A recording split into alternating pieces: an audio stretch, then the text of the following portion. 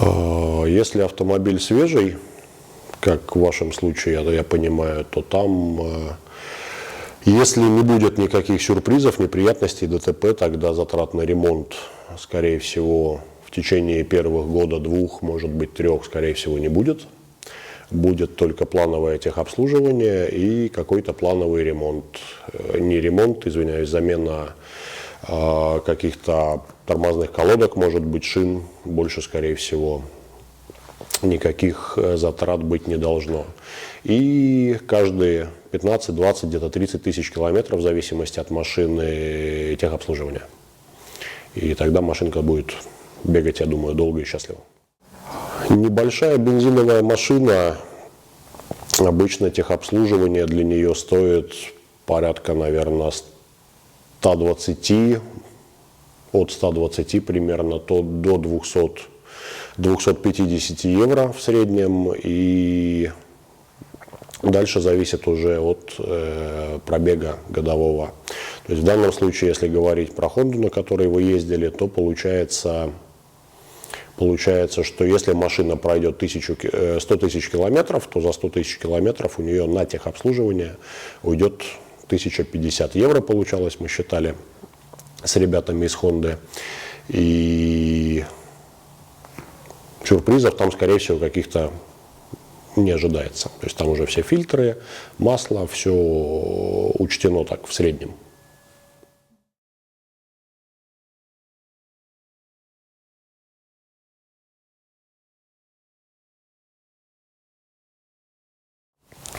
Обычный водитель, ну, наверное, такой средний водитель проезжает, кто-то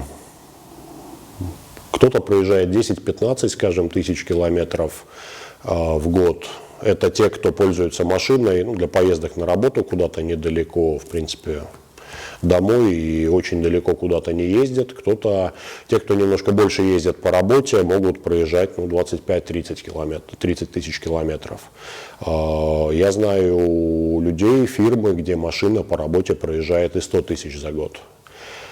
Насколько я знаю, таксисты, когда работает один таксист на своей машине, на одной машине, то есть без постоянных пересменок, то где-то в районе 60-70 тысяч за год проезжает эта машина. Хотя знакомые таксисты говорили, что у них в таксопарке есть и машины, которые за год проезжают и 200 тысяч. Но это когда там 2-3 водителя. То есть посменно машина постоянно на работе. Вот. Для обычного водителя 100 тысяч километров означает, ну, примерно, скажем, 5-6 лет. Для среднего.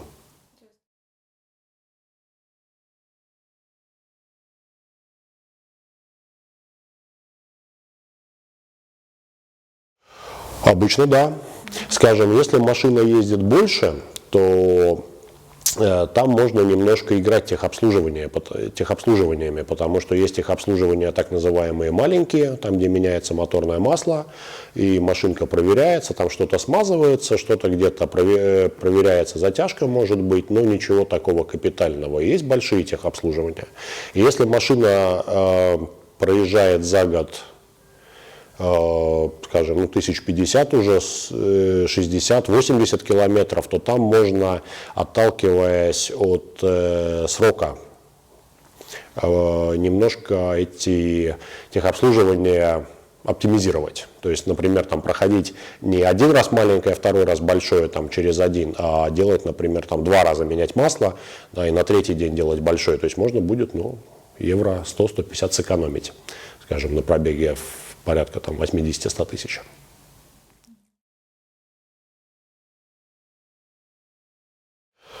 Машины немножко постарше ходили на техобслуживание по пробегу четко, там что-то 15 тысяч километров, что-то 20 тысяч километров. Машины с двигателями большего объема, с дизельными, там, например, они требовали замены масла и до 30 тысяч километров даже есть такие. Сейчас даже на новых бензиновых машинах, в том числе на Honda HR-V, о которой мы говорим, там блок управления двигателем отслеживает количество запусков, количество часов, которые проработал мотор. То есть он сам говорит, что хозяин, хочу обслуживания. И ребята, знакомые в представительстве Honda, сказали, что примерно эти машины ходят, если вот ездить чисто по городу, да, то есть короткие поездки, то где-то 16-18 тысяч километров проезжает машина, прежде чем начинает требовать замену масла. Ну, то есть можно взять, скажем, для этой Honda 20 тысяч, в принципе, она вполне может проехать на одном масле. На расходы на ремонт больше всего влияет стиль вождения. То есть водитель влияет больше всего, потому что, скажем, техобслуживание – это неизбежное зло. То есть здесь в зависимости от пробега, ну, либо от срока, обслуживание нужно проходить. То есть на этом экономить сильно не стоит. А вот дальше все зависит уже очень от стиля вождения. То есть я иногда езжу на такси, тогда приходится, и водители попадаются очень, очень разные. Вот, в основном зависит, стиль вождения зависит, конечно, от прочности нервов. То есть если человек спокойный, флегматичный, он не будет сильно разгоняться, он не будет тормозить, он, может быть, проедет через весь город там, на 1,5 минуты дольше, но его машина будет ходить без ремонта в 3 раза дольше, потому что в основном в городе изнашиваются тормоза, то есть диски, колодки, изнашиваются амортизаторы, вот, и шарниры из-за дырок, из-за ям. То есть кто-то будет тормозить перед каждым перекрестком, разогнался со светофора, да, например, следующий светофор, там красный еще, затормозили, загорелся зеленый, опять поехали. То есть вот это постоянно торможение, газ. При этом человек, который сможет найти в себе силы, зная, в принципе, ну, если мы говорим про таксиста, да, он же знает примерно, как работают, где светофоры, на какой улице. То есть если он сможет найти в себе силы вот со всем этим потоком, который тут же бросается в сторону следующего светофора, не ехать, то есть он будет спокойно ехать со своей скоростью, например, там 45-50, ну, как у нас в основном светофоры настроены, то он может проехать там десяток светофоров, даже не убрав ногу с газа. То есть он будет их просто проезжать на зеленый.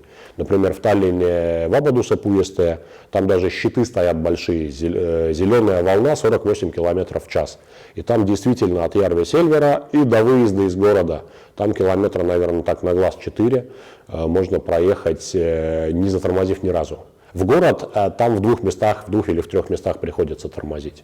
Вот. Но вот тут очень, очень зависит от этого. Кто-то будет ехать, скажем, с минимумом затрат, то есть у него тормоза не будут изнашиваться, у кого-то тормозные колодки износятся за 10 тысяч километров, у кого-то износятся за 100 тысяч километров. То есть вот эта десятикратная разница, это не фантастика, то есть это совершенно нормально.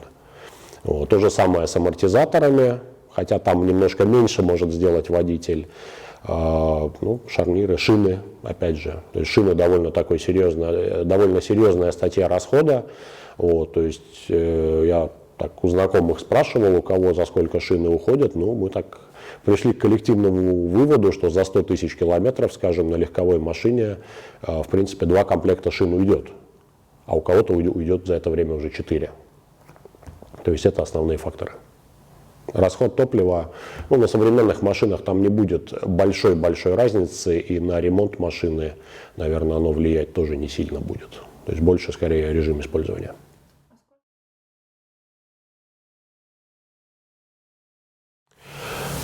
При помощи экономичного вождения топлива можно сэкономить, ну, я думаю, что в среднем 50% будет разница между, скажем, очень экономичным вождением, то есть когда человек действительно знает, как можно проехать, сэкономив машине, собственно, не только топливо, а еще и тормоза, и подвеску, и себе нервы, и окружающим, возможно, тоже, хотя окружающим меньше. И если он будет ехать, как ездит у нас большинство народу, то, ну, процентиков 50 можно накинуть. То есть, скажем, если мы берем какую-то машину, которую в принципе можно положить, скажем, в городе, ну, 8 литров, да, то если ехать немножко агрессивнее, вполне может получиться 10. А если ехать прямо в потоке со всеми, то есть постоянно эти торможения, переключения, разгоны, опять торможения, то в принципе 11-12 тоже далеко не предел. Вот, в принципе,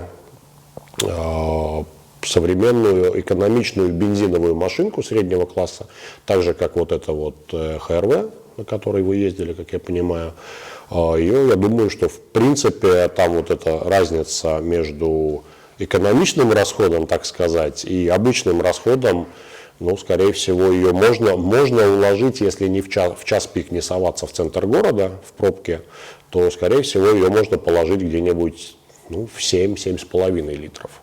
При этом человек, который будет действительно ездить где-то там через центр постоянно, то есть там 5 метров проехал, встал, ну, скорее всего, будет где-нибудь в районе 9, может быть немножко побольше, немножко поменьше. То есть это очень сильно зависит от человека. То есть если основные расходы зависят еще и от машины, не в последнюю очередь, то есть насколько у нее там прочная вся эта подвеска, насколько большой ресурс у тормозов, то здесь от человека зависит очень много.